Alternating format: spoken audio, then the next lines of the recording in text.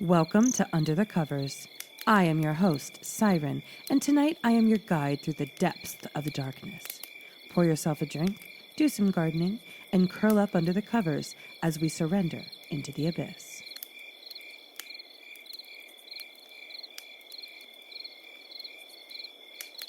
Post 2 of My Father is a Park Ranger. He took me with him on the night shift. I should have listened to his rules. Part 2.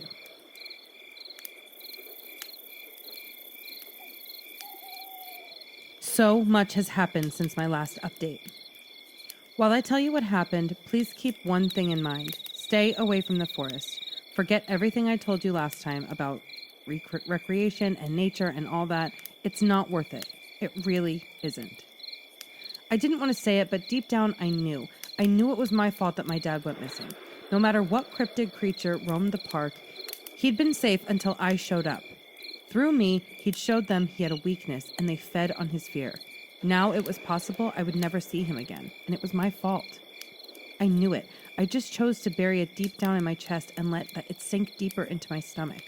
A knot I knew that would never disappear. As I was sitting there at the checkpoint, covered in a blanket and shivering from the stress, Martin approached me. As much as I knew I wanted to ask him about the park, the rules, my dad, something inside me didn't know whether to trust him or not. Was he the real Martin? He sat down next to me. I'm sorry. The night was still cold and unwelcoming. The trees stood tall and sober in front of us, crowned by the dark, never-ending sky. No stars, just a black, soulless night. Maybe clouds had rolled in. I kept thinking of how 4 hours ago I'd been searching for constellations with my dad. What do you mean? I'm sorry for your dad. Don't say that. You say it like he's dead. Martin didn't answer and didn't look at me either. I turned my body towards him. He's not dead. He isn't. Martin remained silent. Then, without thinking, I punched his arm. He pulled away and frowned. It's not my fault. He shouldn't have brought you here. Tell me everything you know about this stupid park. I deserve it. You owe it to me. And it's the only way I can actually find him. He stared at me for a while, and so long had passed until his response that I thought he had decided not to answer. When he finally spoke, his voice was toned down to a whisper. We thought they were lying, both me and Paul and the others. When we got hired here, we heard the stories, the legends and everything, but I assumed those were horror stories passed around. We didn't stop to listen, and we didn't believe anything until we saw it with our own eyes. See, this park is huge, and no one ever bothered to explore it. I thought they'd lacked the resources, but now I see they were just afraid. He stopped to look around. It would be ridiculous of him to hide from anyone right now. Why would he feel ashamed of telling me these? I thought, but then realized he was probably looking around himself to stay aware, not of someone, but of something. That's the thing. Even when you've been face to face with the supernatural, your mind still searches for the logical explanation. We start writing down the occurrences, trying to find a pattern or a way to avoid them. We thought that if we wrote down those rules, we might not get too inconvenienced. He wiped his face with his hand. We never knew this could happen. None of us ever disappeared. We just thought the worst they could do was annoy us, creep us out, hurt us. He was sweating, even if it was freezing outside. He kept shaking his head.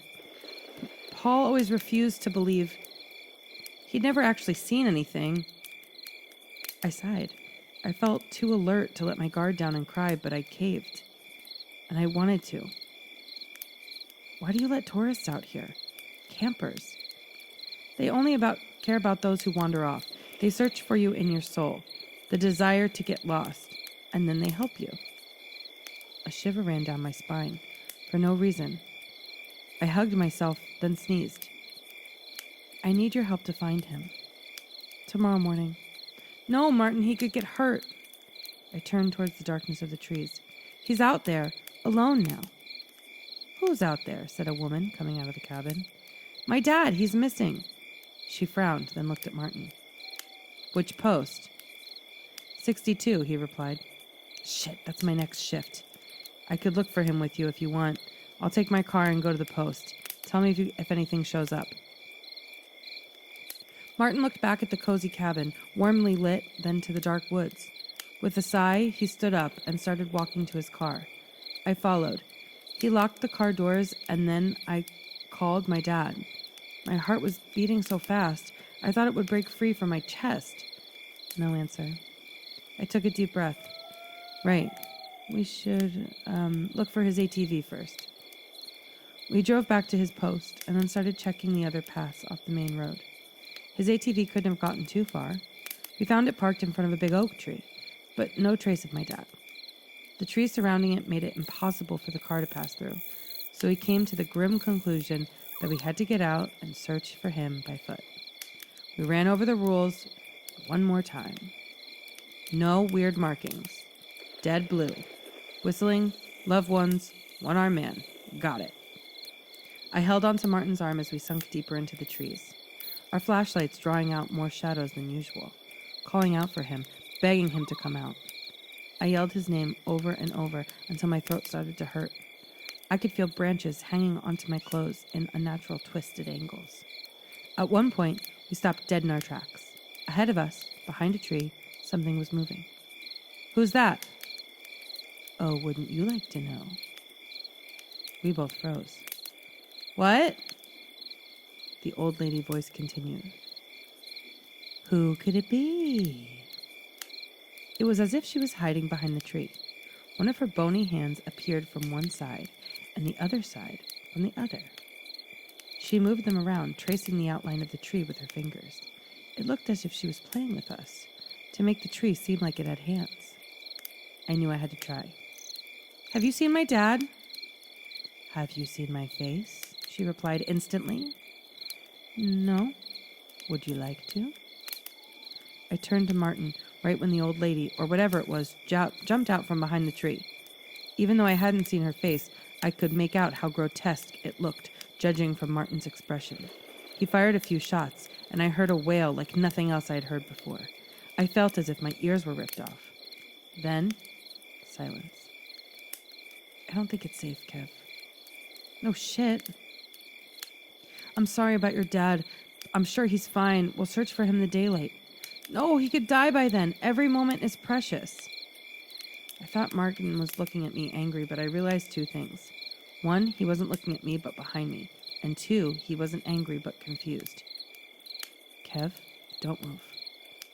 Right in that moment, I heard a whistle far in the distance. If the whistling is near you, it means they're far. If the whistling is far away, it means they're near. I opened my mouth to scream, but right in that instant, as Martin reached out for me, I blacked out. When I woke up, I had a terrible headache. I was still in the woods, but Martin was gone, and so was his car. I felt incredibly drained, and my hands were shaking so bad, I could barely lift them up. I started walking back to my dad's ATV, hoping I could take it and move on with my search. I checked the time, but something else stood out on my phone. The date. It was 1 day later. I'd been in the woods for a whole day. My head foggy, my body stiff, I got on the ATV and figured out how to start it, then drove back to the main road to my father's post. I could see the light on and make out a silhouette. I stopped, studying its outline. It looked like it only had one arm. If you see a man without an arm, don't help him. It was too late. He'd seen me, and was climbing down the ladder. I got back on the ATV and drove away. Right when I was halfway through, I ran out of gas. Behind me, footsteps. Kid, hold on. I see you met my wife earlier. What a fine woman she is. My head was pulsating. Don't fucking come near me. Come on, you want to find your dad or not? You wouldn't know where he is. Bullshit, I spoke to him this morning. Rage filled me, and I replaced the fear. I got down and turned to the old man who had been limping behind me and hit him. Don't speak about him. Don't you dare. The old man laughed, and I saw his only tooth staring back at me. I pushed him away and started running back to the post. I ran and ran and ran without looking back until my limbs ached of a pain I'd never known before. I got to the post and climbed up the ladder, then locked the trapdoor and called my mother, who was worried sick about me. I barely managed to get a word out before I collapsed from exhaustion. When I woke up, morning was creeping in. I called my dad one more time. The phone rang a few times. Yeah? Kev? Tears gathered in my eyes. My throat hurt to speak, but I did. Dad? Dad, is that you? Where are you? Kev, get out of the forest. They'll let me go. They want you.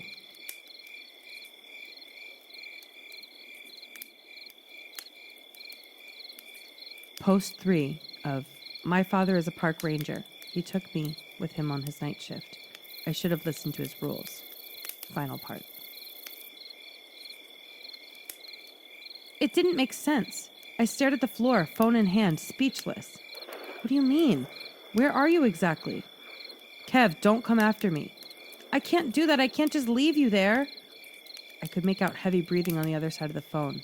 Dad, just tell me where you are. I won't come after you, I promise. I'll be safe. At the checkpoint, I'll send Martin. His voice was trembling. I don't know where I am. I've never been on this side of the forest. I think it's somewhere east. Did you see any markings on the trees? Yeah, but none of the good ones. These markings aren't ours. These markings aren't ours. I paused, and so did he. I had my phone to my right ear, and then suddenly someone whistled far next to my right left, startling me. I took a deep breath. Relax, it means they're far. There's something else, my dad said. The cabin felt cold, and yet I was sweating, suffering from an unexplainable fever. I could barely hold a phone anymore. Kev, I'm not alone here. Something else is with me. I can't get out either. It feels like I'm walking in a circle, back and forth, and I'm afraid to go too far. It's as if it's guarding me. It doesn't want me to get out.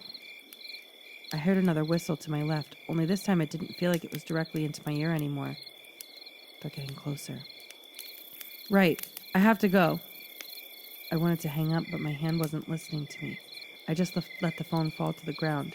In the reflection of the window, I saw myself, pale, dark veins under my eyes and dry lips. What was going on? I felt like puking. I kneeled and started rocking back and forth, unsure what to do, how to play this out. I knew that was surely my dad because the creatures can't talk on the phone, but I didn't know where he was, and something inside me told me they wouldn't let him go unless I personally went out to look for him. I didn't know whether Martin would help me again, and judging by how fast he'd left me alone there, it didn't seem like he was too eager to reach out. My stomach turned and my chest tightened as I puked on the floor of the cabin. The next minutes were a blur. I remember my hands and my knees crawling to the trap, then basically falling down the ladder and breaking my ankles on the ground, then trying to stand up and falling. I remained laying on the leaves, staring at the sky. I just could fall asleep here, forever. Another whistle to my left, this time further away. I didn't have much time until they found me again. Hey, kid! Fuck, no. So soon? I lifted myself up from the ground enough to look at whoever was coming. It was the lady from the checkpoint, the one who said her shift was about to start. I mean, that's how it looked. I didn't know whether it was really her. I didn't answer, just blankly stared at her gray leather boots and ginger ponytail. Are you okay? I stood up. She tried to help me, but I yelled at her not to touch me. Stay away! Now! A look of confusion swept over her face. Where'd you come from? I want to ask you the same thing. What? She smiled, a bit amused. My dad is missing. You find that funny? She scratched her head. Who's your dad? We had this exact same conversation back at the checkpoint with Martin. You should have remembered. I know he's missing. I didn't know his name. I don't know everyone around here, she replied, annoyed. After I told her, she shook her head. Never heard of him. Why isn't anyone talking about this? Your park rangers just go missing. Hell, I've been here for 2 days now, and you don't seem to even care. What about my mother? Did you even talk to her? Did you talk to Martin since his egotistical ass left me here? Martin didn't come back to the checkpoint, she answered stoically. After that night, we didn't see him again. I stared at her in disbelief. Take me there. If it's really you, I need to talk to more people. I can't be alone here with you. I understand your dad is missing, but it's not exactly like it's so uncommon around here, and please be polite. Don't let frustration cloud your judgment and make you unnecessarily irritable. Unnecessarily? I have every right to be angry. What do you mean? It's not so uncommon. Martin said no one ever went missing here. She frowned, tilting her head, then looked away. I was still feeling sick, but at least I could stand on my own legs. Another whistle echoed, this time deep in the woods, tall trees surrounding us, and the familiar cabin seemed now desolate and rotten. Nothing made sense anymore. Your dad is not the first to go missing. Many went before him, and many will follow. It's not something you can just negotiate. It just happens. Martin said. She slowly shook her head. It's not something well known. We don't want to scare our rangers. When I spoke, I sounded choked out. Who else went missing? She hesitated. Silence filled the space between us, and I could tell she was uncomfortable. I did. I didn't give her time to finish. I'd been running for so long that my legs had gone numb. Hitting my shoulders on the tree trunks and struggling not to trip and roll on the ground, I felt like I was running was the only thing I could do to save me. Deep in the forest, I'd wondered how long someone could go without any food or water. At some point, I stopped to sit down. I couldn't take it anymore. My heart was literally telling me if I didn't stop soon, it would. The moment I sat on the moss, I realized I wasn't alone. I swallowed. I swear to God. In front of me sat the ginger lady. Go away, please. Leave me alone. I just want to help. I don't believe you. I went missing a long time ago. I don't remember what I was doing.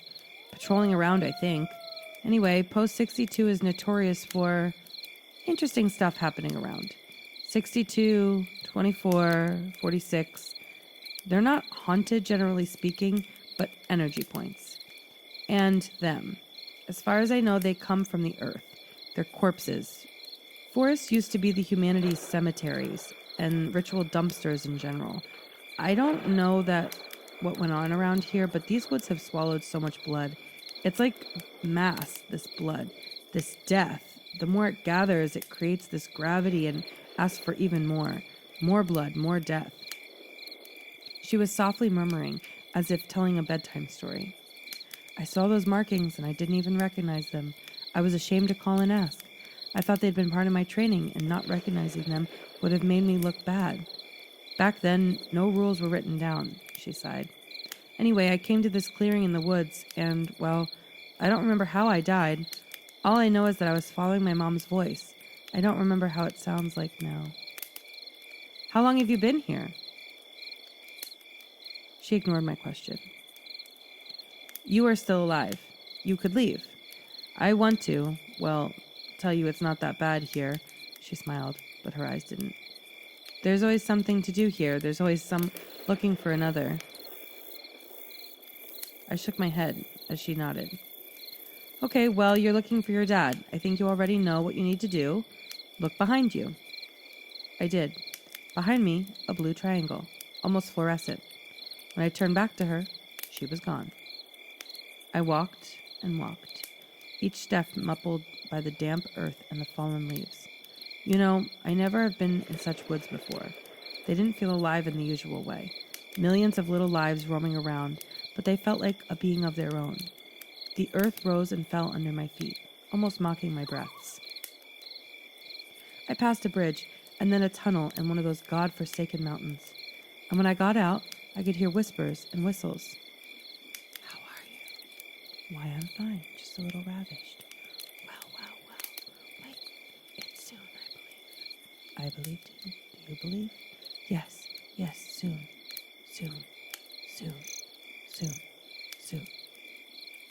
What was about to happen soon? I tried calling out for my dad, since my phone and my flashlight had died, but someone else answered, and it wasn't him, so I decided to keep my mouth shut. I passed through this garden of roses, clinging to my clothes. Roses are most popular and loved flowers who never miss a chance to draw blood. In the distance, more trees. One of them looked broken. Coming closer, I realized something was hanging from it.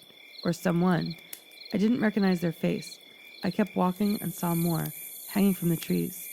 Their bare feet floating above my head, looming over me. I stopped looking at their faces, afraid I'd see my dad. Eventually, I reached this hill and smelled something burning. Coming closer, I saw this fire and... Martin! The minute I said that, pain pierced my shoulder. My back hit the tree. I smelled something metallic. Go away, said Martin. No, it's me. Believe me, I cannot do this now. I already saw you 5 times. I don't believe you anymore. No, I'm telling the truth. Another razor flew to me, but I dodged it. I started crying and fell to my knees. I told him about the ginger lady and my dad and the stars and my life, and in no way, no doppelganger could.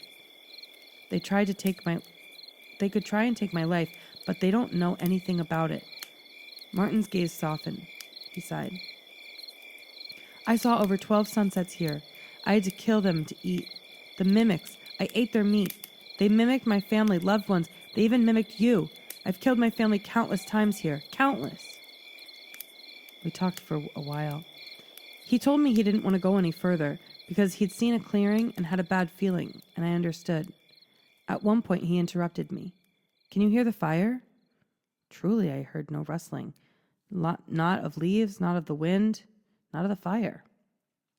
Dead blue. Run. I did. With Martin behind me, we ran until the moonlight shone freely, without the burden of the trees. We'd reached the clearing. I stopped, breathless. My dad was laying there, unconscious. I threw myself on the ground and grabbed him, shaking his shoulders. My voice was hoarse, and my eyes stung from the tears. Wake up, Dad! Please, wake up, Dad! Please, now! He didn't. Suddenly, Martin let out a wail. I turned around and saw him, and some sort of figure over him. I don't know what it was. Choose. I froze. Someone had whispered into my right ear. Choose, one or the other. Martin was yelling. My dad was silent. I stood there, and then, Dad, I choose him. Let him live. Martin's scream stopped, and my dad started coughing behind me. I turned to him and hugged him tight. He was confused and dizzy. Martin, on the other hand, was laying on the cold earth, his eyes open, his skin bruised. Guilt washed over me. However, I didn't have time to process it because a powerful light shone onto us. A helicopter. I grabbed the ladder without thinking and helped my dad up. The last thing I saw before I looked up was the ginger lady sitting cross-legged on the grass next to Martin's body. We were taken back to the entrance of the park. The next hours were filled with questions about the park, about our disappearance, about Martin's murder. We're now the prime suspects, and I'm just glad I got out, and I know it's because of his sacrifice. However, I'd really like to speak to him again. I can't rest knowing his innocent soul is out there. I plan on giving more updates on my account. There's one other thing. I'd never dare to admit it. Sometimes, when I look at my dad, even weeks after what happened, I wonder if it's really him.